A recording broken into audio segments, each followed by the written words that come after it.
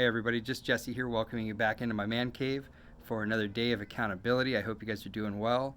Today is Tuesday, it's May 21st of the year 2020, and I want to talk to you about Daniel chapter 3. This is going to deal with the story of Shadrach, Meshach, and Abednego, and if you guys don't know these guys, we'll go over the story really quick, and I'll just let you guys know what I learned. Today is going to be talking about when a leader has determination, resources are going to follow. So basically, Shadrach, Meshach, and Abednego were Jews in the city of Babylon. They were during the time of King Nebuchadnezzar, and King Nebuchadnezzar built this humongous idol. It was like 90 feet tall by like 9 feet wide, the Bible says. And he told everybody in the land that when the music starts playing, then we're going to everybody worship this idol. It was a gold idol. It was cool, you know. I'm not going to say that 90 feet high gold statue isn't cool. It's cool, but is it something that's worth worshiping? So what happens is that all the higher ups of the city, all the city government officials, they noticed that these three Jews were not worshiping this idol when the music was playing. And so they told the king, and the king summoned them to meet. And when they showed up, the king told Shadrach, Meshach, and Abednego, all right, guys, you got one last chance. We're going to play the music. Once the music starts, if you don't bow down and worship this idol, we're going to throw you into the raging Inferno. And Shadrach, Meshach, and Abednego said two things to this king that were bone-shaking. They were both super bold, and I wrote them down, and I don't want to mess them up, so I'll read them to you really quick. The first thing that they said to the king was that they expected God to deliver them, and that was a huge statement. So the king says, you got to do this or die, and they told the king, you're not going to kill us, God's going to deliver us from that. So it's a huge slap in the face. And then the second thing, which was even more bold to the first statement, was that they told the king, even if he does not, meaning even if God doesn't deliver them, we want you to know, your majesty, they still call him your majesty, he's still the king, that we won't serve your idol. And that's Daniel 3:18. So that was humongous, right? When the king heard that, he was furious. He told the guys that were in charge of the raging Inferno to make it 7 times hotter, right? And so they're taking Shadrach, Meshach, and Abednego because they're not going to worship, and they're walking them over there. And the guys that they have walking them to this raging Inferno are killed by the heat wave that's created by the Inferno. So as they were supposed to, they get into this Inferno, they get pushed in, and Shadrach, Meshach, and Abednego, they're fully clothed, and they're seen by the king Nebuchadnezzar. They're seen with his eyes in there, not on fire. Not only that, they're seen with another person, which the king calls a son of the gods, which obviously would be an angel of Jesus coming down to make sure that they're safe. So then what happens is he tells the guys, hey, pull the guys out of the Inferno. I need to have a talk with them. And so they come out of the Inferno, and the only thing that was burned were the shackles that were placed on their body. They were burned off. They were rope or whatever, burned off. Nothing else was burned. They didn't even smell like fire, the Bible says.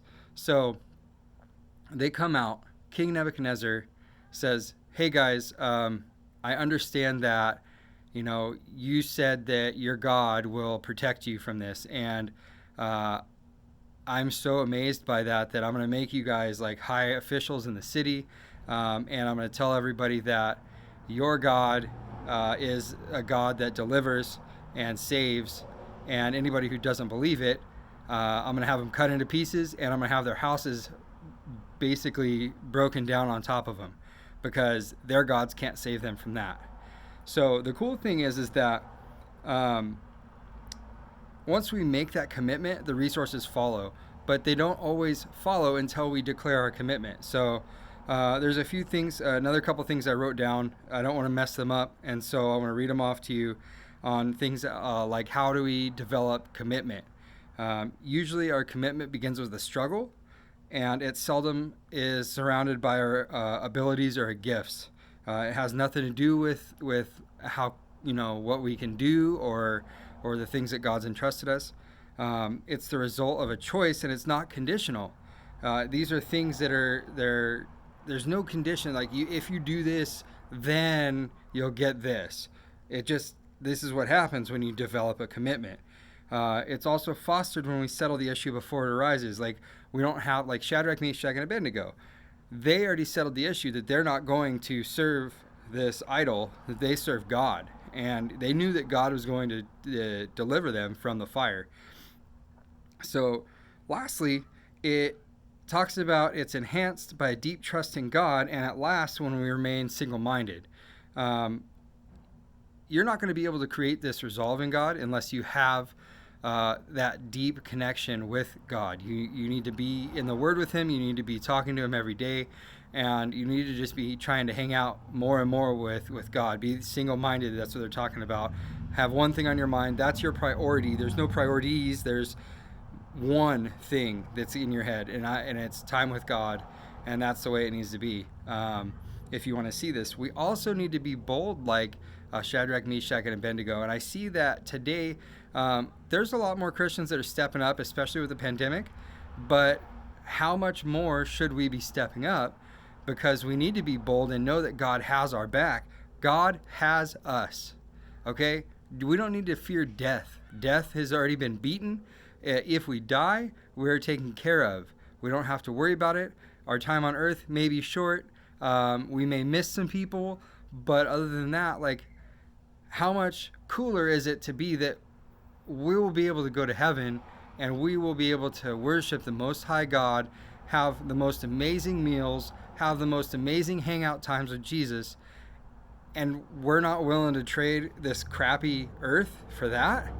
Like, we have to know that God has our back, and we have to know that without a doubt that He will show up. God is a God who is so jealous about His love that He asks you not to tempt, but He asks you to test Him, because He wants to show up and He wants to show off that He's God. So that's exactly what Shadrach, Meshach, and Abednego did. They told the king, hey, our God's going to do this, and God showed up. And the king was so amazed that he told everybody that, Jesus is the God that saves, and everybody else is going to be cut into pieces, which he didn't really get the whole thing about we shouldn't, like, it's a free choice. It's not, it's not conditional like it says. It's not conditional. If you don't serve Jesus, I'm going to cut you into a bunch of pieces and knock your house down on you.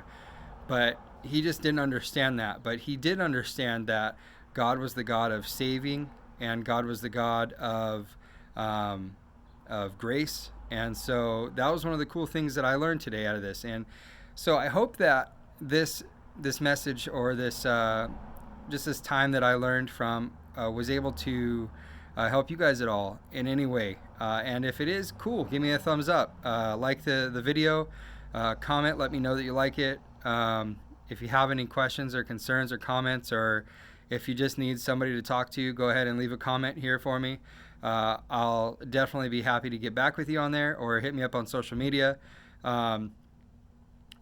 And if you know anybody in your circle that may need to hear this to help boost their thought process with God, or to help give them a jump start in life, go ahead and share this video. I would love for them to get their hands on it and be able to utilize it and to see how Christ can grow through this. But lastly, if you haven't subscribed already, go ahead and do that. I would love to be able to see you guys and know that my accountability is helping somebody, especially if they need help with accountability. I would love to know that. So if you want to know when my videos come out every day, you can ring the bell. It'll give you a notification of when my videos come out, and I will do my best to put one video out every day, because it's my accountability video. It's me being in the Word. If I haven't put a video out, somebody call me out because I haven't been accountable that day. So, all right, guys. With that, I love you all. I hope you all have a great day, and go and grow.